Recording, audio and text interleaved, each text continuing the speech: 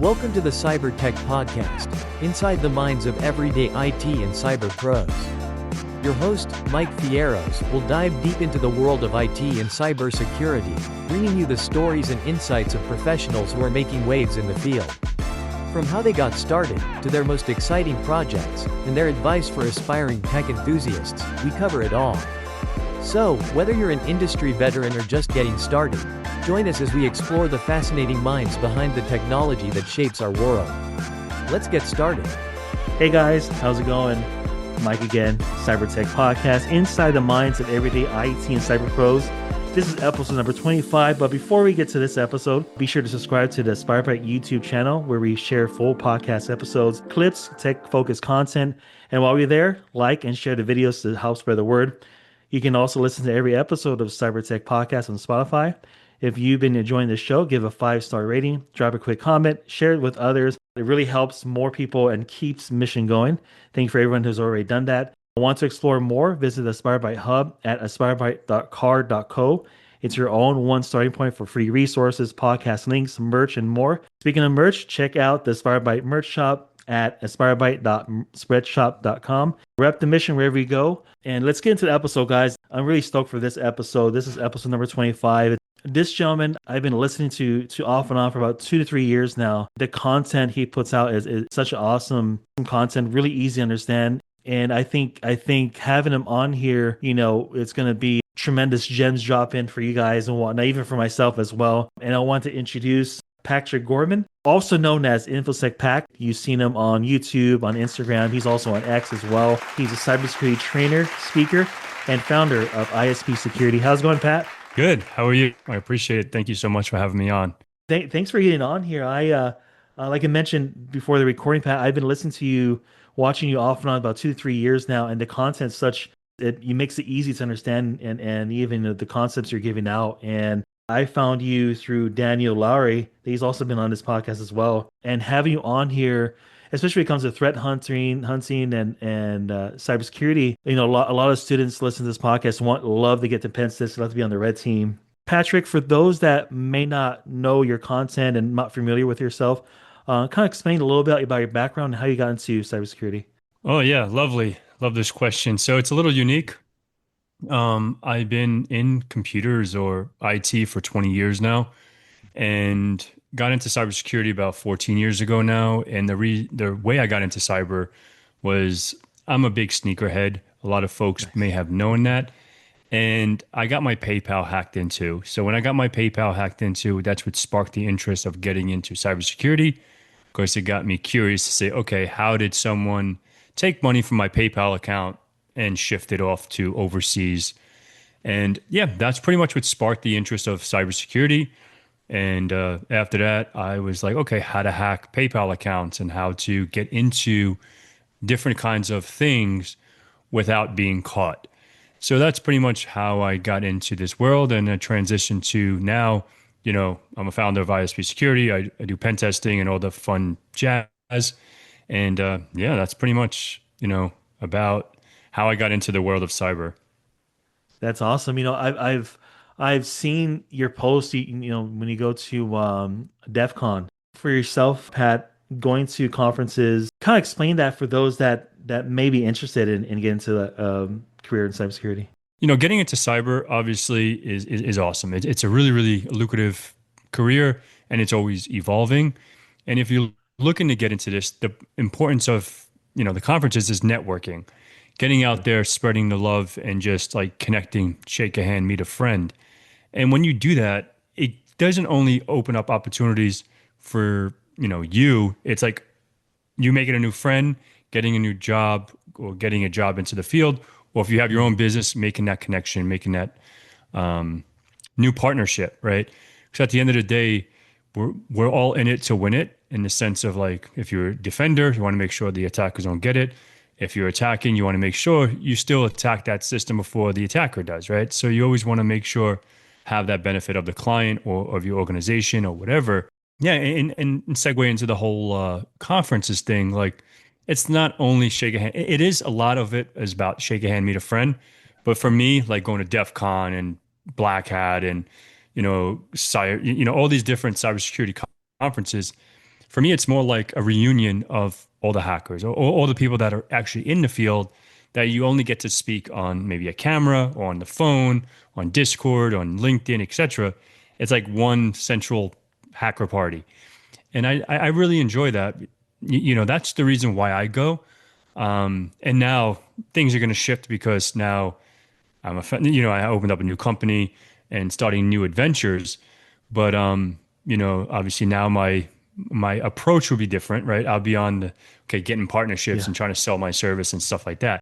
At the end of the day, I think it's all circles around each other, right? Like it all circles back to, shake a hand, meet a friend, make a connection if you're looking for clients or if you're looking for a job or whatever the case may be, right? You're never too small or too big to go to a conference, and you're never too green or too much of a pro because there's things for everyone, right?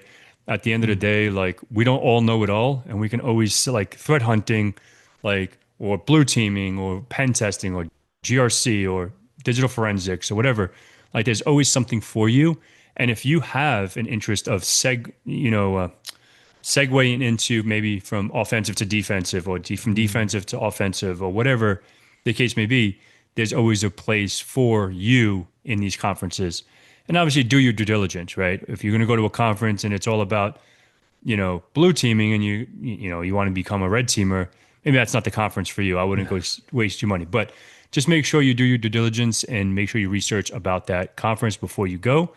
And yeah, I think it's really, really beneficial to go to conferences. I think that's really good advice for those looking to, go to conference, networking, why that's important, and growing yourself, building each other, building rapport with people, a relationship with people, not just online and whatnot. It makes a big, huge difference, and the network just grows. For those people, Pat, that they're teachers that teach technology in classrooms or even maybe homeschooling, what would you recommend for their students as far as if they're really interested in maybe red teaming, as far as like pen testing and stuff like that? What kind of foundational skills would you recommend? That's an awesome point to touch on because if anything, if you're pen testing, blue team, or whatever you're getting into cybersecurity is not an entry level job, right? You're not going to be working at Pasquale's Pizzeria and then become a hacker. Like maybe there's some of those that have, maybe because they touch computers, but if you're just into one career and you're trying to transition into cyber,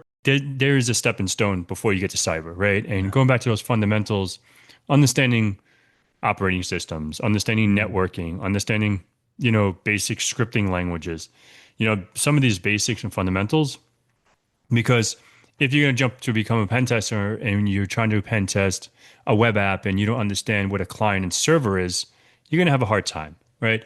If you're trying to pen test Active Directory and you never built an Active Directory domain, how are you going to test that, right? So getting those hands-on experience prior to will definitely be ideal. And, I would always recommend building your own stuff first, right? Because why? Yeah, I can say go to Hack the Box and try Hack Me's and blah, blah, blah. But you just connect into a VPN and then you're just doing your exercise. But what is Diffie-Hellman? When you connect to that VPN, what exactly is happening, right? When you're sending those packets. So I think having that, like, okay, set up your own home lab. I'm a big home lab guy. I recommend that before going into the cloud and setting up servers in the cloud, because set it up locally and get it all done locally. Like set up, and everything is free. It's all, you can set up, your Linux machine or Kali Linux or whatever Linux distro you want. Download an eval of Windows 11, Windows Server, set up Active Directory, and I do have a lot of stuff on my channel that sets you up from soup to nuts. And I would recommend that. And like Mike said in the beginning, right? I try to take it like I would ingest that data, ingest that information, right? Because, and I want to make a point because there's everyone has their spectrum of learning, right? And I'm very open with this now. Like I have a learning disability, right? I grew up with a learning disability, but I never let that limit me from learning something. I may learn different than you, than the next person, but that's why when I explain stuff, I explain it keep it, the KISS method. So it's like, if I want to do this, like I'm not going to assume that Mike knows what a root, what a root bridge is or whatever it is in a Cisco router, or if you know what DNS and like, what is Active Directory, and we go straight to setting up this. Like, let's set up an IP address. Let's understand why you're setting this up like this, and whatever the case may be. But I think having no stepping stones into the transition into cyber will definitely be beneficial. Learning the basics. Why does this work? Why does it work like this? What happens if it does go down? What happens if, something happens? Remember the power goes out. What do you do? Playing that what if game and just being curious about it, being hungry about it. I think that's going to help students and tech teachers out there. You mentioned you started your company. For those that may be already working as professionals, whether IT or cybersecurity, and may also be thinking about maybe starting their own MSSP or MSP or some type of services, IT cybersecurity services company, what would you recommend be the first thing as far as trying to get your foot in the door in that kind of realm? Yeah, that's a good question. This is a side adventure right now. I still have my full-time job. And this is something that I'm developing, I'm building, and hopefully it can turn into something. It will turn into something because that's my goal. Yeah. But I think, everyone has, like business is a different animal than just pen testing or blue teaming or doing your nerd stuff every day, right? Now I have to understand about contracts. I have to understand about legalities. I have to understand about like what, because as a pen tester, you just get your scope and go to town, and the company has their insurance. The company has, to cover your butt. But in this case, like I have to go talking to an attorney. I have to like get all these papers. So it's like, it's more than just like getting getting a business and going on whatever state you live in and getting like your LLC or whatever it is, S Corp or whatever you're going to do. And it's like, oh, now I'm in business. Yeah, that is it. But then you have to, there's so much more to it. I did have an MSP like many, many years ago. I had it for a few years. Same thing, was a side thing. And I had like two friends help me out with it. Like they were, the first time, I was just pretty much the escalation point because I still had my full time. Nice. And you may be asked, okay, why you never went full time with that one and now trying this and that.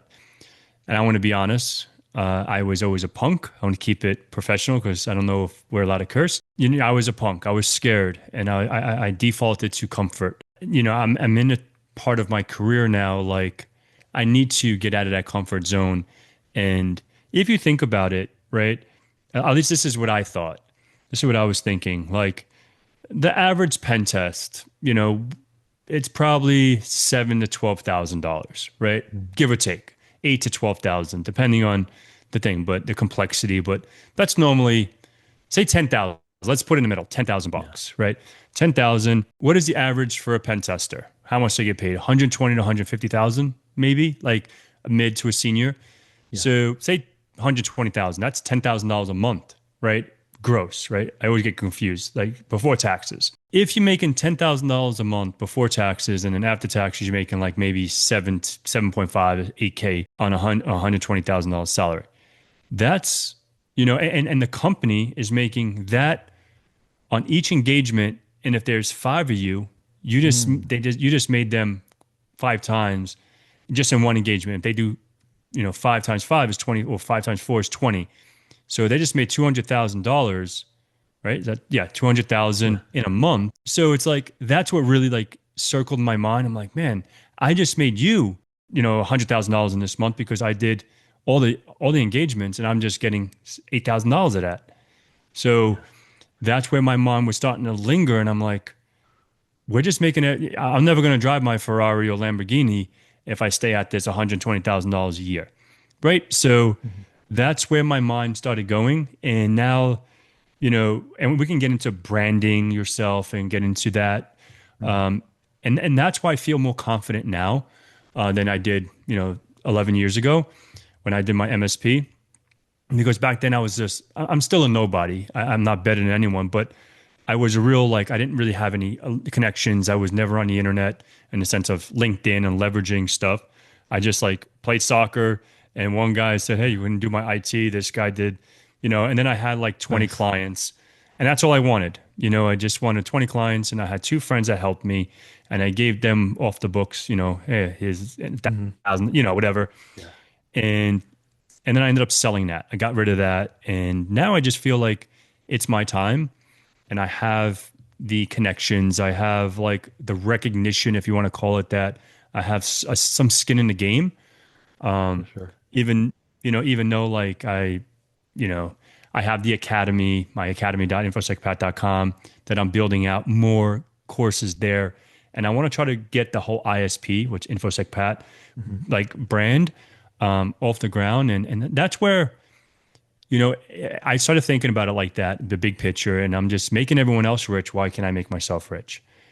And that's what really, that's what my 2026 goal is, to hit a certain goal and just have that, not only financial freedom, because I'm pretty financially Hmm. sound, but it's more of the freedom. I don't have to raise my hand and say, "Can I go take a dump?" You know what I mean? Yeah.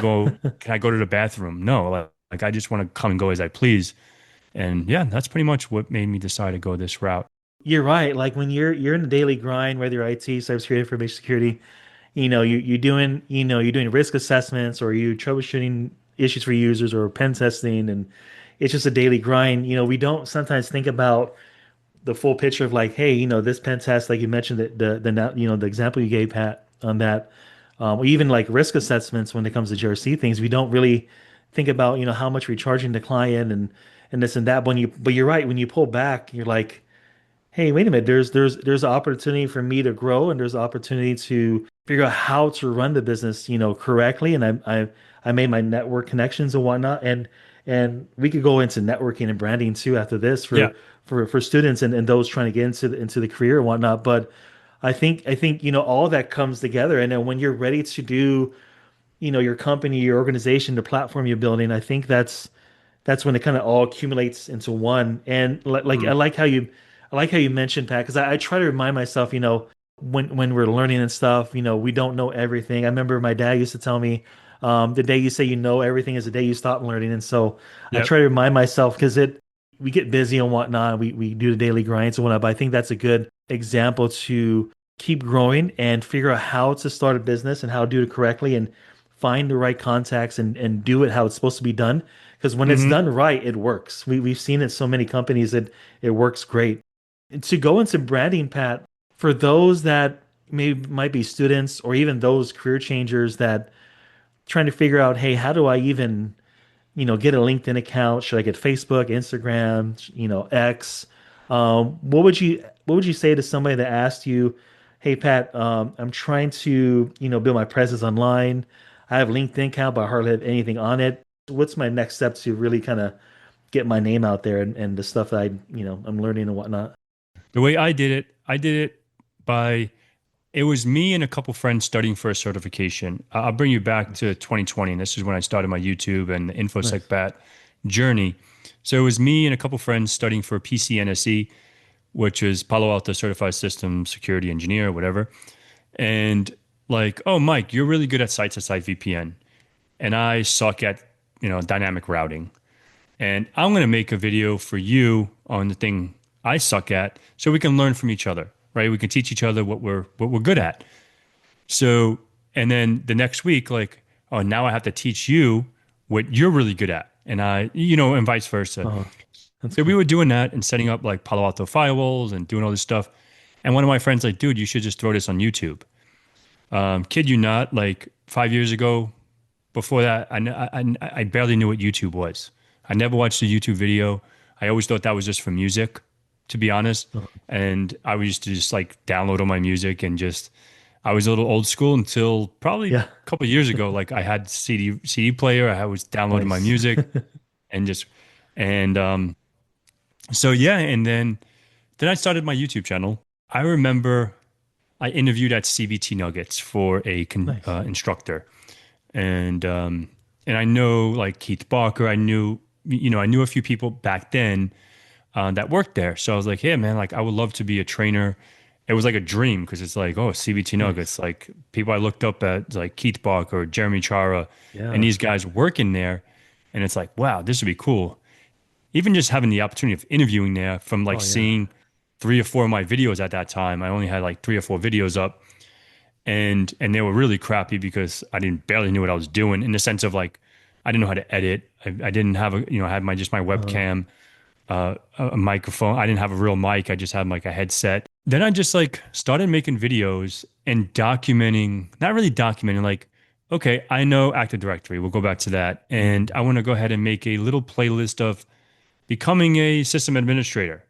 mm, And it was probably my fifth video. I was talking about hacking someone's Instagram because I didn't know what I can say on YouTube. I never really watched YouTube. So I created a phishing landing page, like, oh, like if you want to get your hack your girl. I remember putting like how to hack your girlfriend's Instagram or something nice. catchy, Uh, but and then I got a strike. So I had like maybe oh, 120 subscribers, and then I got a strike, and I'm like, I oh, don't know, and then I couldn't upload for a week, and then I got I got the strike. I was able to upload again, and then I put another one, how to hack Wi-Fi. I'm like, how am I getting strikes, but everyone else can put in hacking Wi-Fi? Is it because I have 120 subscribers and this one has 10 million? Is it like, and so then I got 2 strikes. mm, And then I said, screw this. I stayed off YouTube probably for almost 6 months. I was like, I'm not using that. That thing's stupid. So on the internet, I was very anonymous. I never put my real name out there. I never put it on LinkedIn. I had my name in Italian. I didn't have my nice. picture out there. I didn't put anything out there of myself. I had my OPSEC pretty well. My Mm, house, I had it under LLC. You couldn't really find me. Yeah, so I just started like going on LinkedIn and saying, okay, like just uploading what the videos that I had and then onto LinkedIn. And then I just started like tinkering with stuff, like tinkering with mm, like the different platforms. And yeah, and then just trickled in, and then this is where I had the epiphany with YouTube, and I was like, I hit up, I have the luxury, I know Keith Barker from CBT nice. Nuggets personally, so I called him and I'm like, man, I love your YouTube videos. How can I be like you? Literally, I said that. I was Mm, like, I just don't want to get my stuff taken down. And he goes, you have to stay away from the hacking content. And I was like, all right, that sucks because I want to do hacking content, right? uh, And then I just like started like making Cisco videos and Microsoft videos and Checkpoint videos and PF Sense or whatever other stuff that I was doing. And then someone's like, "Hey, if you want to do hacking videos, you have to do like walkthroughs on different platforms." mm, So this is where it took off. And then I was like, okay, what platforms? I learned about Hack the Box and Try Hack Me and all that stuff. So I was like, oh, I never played a CTF in my life. So I don't let's give it a shot. And then I started doing CTFs. And then I just like made a video, a simple, I think I did lame. It was like the first box that ever came out on Hack the Box. It was super easy, but I just wanted to, it was a test, right? Because and then like Keith was like, "Oh, don't say hack, say penetrate." Like you use like mm, different wordings because maybe if you say, "Oh, how to hack a Linux server," it's going to take you down because humans don't even look at the videos. It runs through some AI thing or whatever. And I'm like, "Oh, that's a bummer." So I had to mm. learn how to like word my stuff. Yeah, and then one thing led to another. Then I went on like IT Pro TVs, whatever the tornado to whatever they used to Oh, call it. I that's don't right. remember. Remember that. Yeah, Yeah. like and then with that, then obviously I was like, yeah, I have a YouTube channel. So that helped. And then I just got on other podcasts, and that goes back to like networking. Mm, And yeah, and that's pretty much how, I started branding myself. And then I'm like, oh, this is turning into something like now people ask, like I flew to Europe to do a talk, nice. 3 years Uh, ago. And I was like, whoa, wait a minute. Like, what does this mean? And I never thought like it would turn into something. I just thought I'm a kid on the internet that just makes stupid mhm. videos, right? And yeah, so you never know where it's gonna go. And that's how I started. And I just like put content out, and then that helped me. I think that's going to help me because my Oh yeah. business is pretty much this week I opened it, right? Um, Nice. literally like it, Congratulations, by the way. That's cool yeah, yeah. as And well. you just I think you follow the ISP Security Yeah. on Instagram. Uh-huh. So it's like my first post was what, a week ago, week and a half ago, whatever. Uh-huh. And and that's pretty much, how I started doing the branding with my channel and the InfoSecPat brand. It's such encouragement, even for me, Pat. Like growing my platform and stuff. And it's such, when I look at guys like yourself, Daniel, those I follow on LinkedIn, even Gerald Older, his platform and stuff. Yep. One thing, and I guess in any industry, right? One thing that's really consistent is consistency. Being Yep. consistent at it, learning from it, learning from your mistakes, growing. How do you do this? You mentioned the YouTube tip right there on the algorithm, save penetration instead of hacking, stuff like that. Those little tips can only be learned from networking as far as when you network one-on-one. And that I really like that you mentioned to the gentleman that personally now that, hey, I want to be like you, student that I know, and he's asked me questions on LinkedIn, how do I get where you're at? How do you at least, trying to get LinkedIn up and stuff like that? And that tells me they're hungry. They know what they want. They're hungry and they're hungry to learn and learn the right way from the mistakes we've all made and whatnot. And I mean, that's encouragement for me too, to seeing where you're doing too, Pat. Learning from you, learning from the videos you make and how you create the content, editing the content, all that really matters. And it's that quality, the consistency of quality and whatnot. Yeah, absolutely. I want to touch on what you said. And thank you for the compliment. For But sure. just I want to sprinkle some wisdom on that, because don't think you have to be a perfect editor. And For just, if sure. you want to put content out there, and it just ties into like, if you want to get into the field, if you want to transition, document your journey. You don't have to show your face. Like, if you don't want to show True. your face, don't show your face. But don't harp on so much of the editing. You don't have to be a network Mm. Chuck. You don't have to be a John Hammond. You don't have to be Yeah. me. Like, you don't have, True. just whatever content you put out, just put out. And like, a lot of my stuff is very, very basic. I have my camera. I hit it on a stream deck. I shift things. I have my little ugly face in this corner, and I share my screen and I hit record on OBS. Right? I Uh, don't do anything fancy, nothing. And I just like, I made it with Canva. I made a little intro.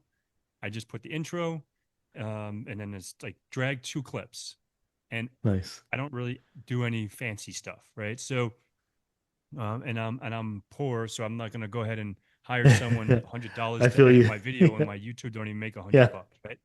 Yeah. So, so it's not about, trying to. It's just all about showcasing, like you're True. talking about, like, how do I do this? How do I get like the hungerness? Like, Hmm. not only building the brand or building your LinkedIn presence, it's just like about showcasing what you're doing and where Mm. you want to go, and document that journey. Like Tyler Ramsey, right? Like Yeah. he was like, I learned something new about him recently. Like, he said he'd been hacking so many years. I thought he just got into the field very, very recently. He was in IT and then he got into it 5 years ago, but it sounds like he's been doing this for a lot longer. Mm. And it's like someone like him, right? You look at his videos, they were just walkthroughs. You see Kaiser Clark, they're just walkthroughs and just talking about their journey. And that's how he got into it, right? And then he just started Mm. documenting his journey. And then they both got pen testing jobs. Now Tyler's doing his own thing as well, right? Like, so I think there's always opportunity, and you just follow folks that, I don't want to say you want to be like, because like I really wanted True. to be like Keith. Like, I'm like, dude, like Yeah. this is what I want to do. Like, I want to be, this is my image. Like, later on, I want to be able to train and be able to like do consulting and blah blah blah Hmm. at that level, like at his level. And so yeah, just like I just followed my own dream, and I just, another thing that, what is it called, imposter syndrome? Like, don't compare yourself to True. me or Mike or to John or Chuck or Tyler or whoever else is out there making silly videos. True. Like, just compare yourself to you every day. Like, am I better than I am yesterday? And yeah, now I Mm. have a new journey that I'm starting, right? I didn't have this 2 weeks ago. I had the idea for months, but going back to being, I think I said it here, like defaulting to comfort. I was always scared, Yeah. right? And it's like, oh, if I put $5,000 of my own hard work and money into something that can make me so much more, but you're thinking about this 5,000 right now, right? I have to get a phone. I have to get a phone number, a website, business cards, this, that. Like you think about all this stuff, and it's like, man, what if it doesn't work? Then I'm out $5,000, and $5,000's on the higher end, right? Because for pen testers, all you need is a site, a business card, and an email. It's pretty much in your Cali box. But obviously, in the business aspect, you need more. Like you have to get your LLC and insurance. But as far as like tools and all that good stuff. If you had a chance to collaborate with Nike or Adidas, whoever that may be, and you had collaboration to do a shoe, and it's like a cybersecurity specific shoe, what would you name it? Yeah, so that's a good question. I'm a big sneakerhead. As probably, if you don't know, I am a big sneakerhead. So Nice. if I was to collaborate with Nike, I do have a little, I don't think it will be something cybersecurity related, because this will go back into like my childhood. So I've been a sneakerhead since I was a kid. I love sneakers. Nice. I think the shoe I would probably design is the Jordan 11s. Those are like the patent leathers. Those are probably my favorite. I have probably 15 pairs of 11s. Nice. Like every single. I have a lot of sneakers. Probably have over now like I had over 350 pairs at one point, and now I have probably about 170 or something like that. Nice. I still have a lot of sneakers. It's not like I have. But I would if I was the Jordan 11, I would probably design something that has to do with a childhood nickname, and like we were talking about, like it was Killer P with an A, like, and that would be my tag name and everything. Like I sucked at graffiti, but I tried. But it would be KILLA space P, and that would probably I'll like name it probably like something along those lines. And I'm a big Halloween fan, like Michael Myers. So like maybe something that's designed with like Michael and then Killer P, and I probably have something like with that. I'm not very autistic. I don't really know how to do the artsy stuff, but yeah, I think getting those two in the mix, I think that'll be something I would probably design. That's awesome. No, I'd grab a pair too, Pat. I'd grab a pair too. Size 13. No, that's awesome, Pat. And man, thank you very much, Pat, for getting on this podcast, man. I think your experience and your background is going to give a bunch of insight. I mean, even for me as well, gave me some insight too on the stuff that pertains to networking, branding, and stuff like that. Even just the fundamentals when it comes to know your operating systems, knowing how things work, VPNs work, and stuff like that. So I appreciate it, Patrick. For those that want to check out your content, Pat, I know you have a lot of stuff on YouTube. You have your company you just started too. ISP Security, and then stuff on Instagram and X. Where can they find your links for your content and support you? Yeah, awesome. Thank you. So yeah, on YouTube, it's pretty much InfoSecPat, pretty much across all platforms. Instagram, X, LinkedIn I have an InfoSecPat business page, and I have ISP Security Co. It's ISP space security space Co. On LinkedIn as well. You guys can follow that and support that. And if you want to get into cybersecurity or get into pen testing specifically, I have one course out right now, like an actual course. I'm working on my next one, which is going to be talking about Active Directory pen testing, because I really enjoy AD. So you can go to academy.infosecpat.com, and it's only one course out there right now, but I'm hoping to have at least 5 by Q1. That's the goal. And I want to be collaborating with folks like Dan to do like a web app pen testing course. He's going to try to build, I'm going to try to get him to build something out on there for web apps. Yeah, I'm trying to collaborate with one more content creator. I don't want to mention their name yet because they haven't really confirmed. But if they don't do it, I have to do it. So I'll probably do something with blue teaming, network engineering, Active Directory pen testing, system admin, network admin, web app. I think it's like 5 total. I think we're probably going to put out. That's awesome. So try to grow that platform, and yeah, that's pretty much where you guys can find me. I appreciate the gems you just dropped on us here on the CyberTech Podcast, episode number 25. I appreciate it, Pat, and thanks again. Take care. All right, guys, you listened to episode number 25 with Patrick Gorman, aka the one and only InfoSecPat, cybersecurity trainer, speaker, founder of ISP Security. See you guys.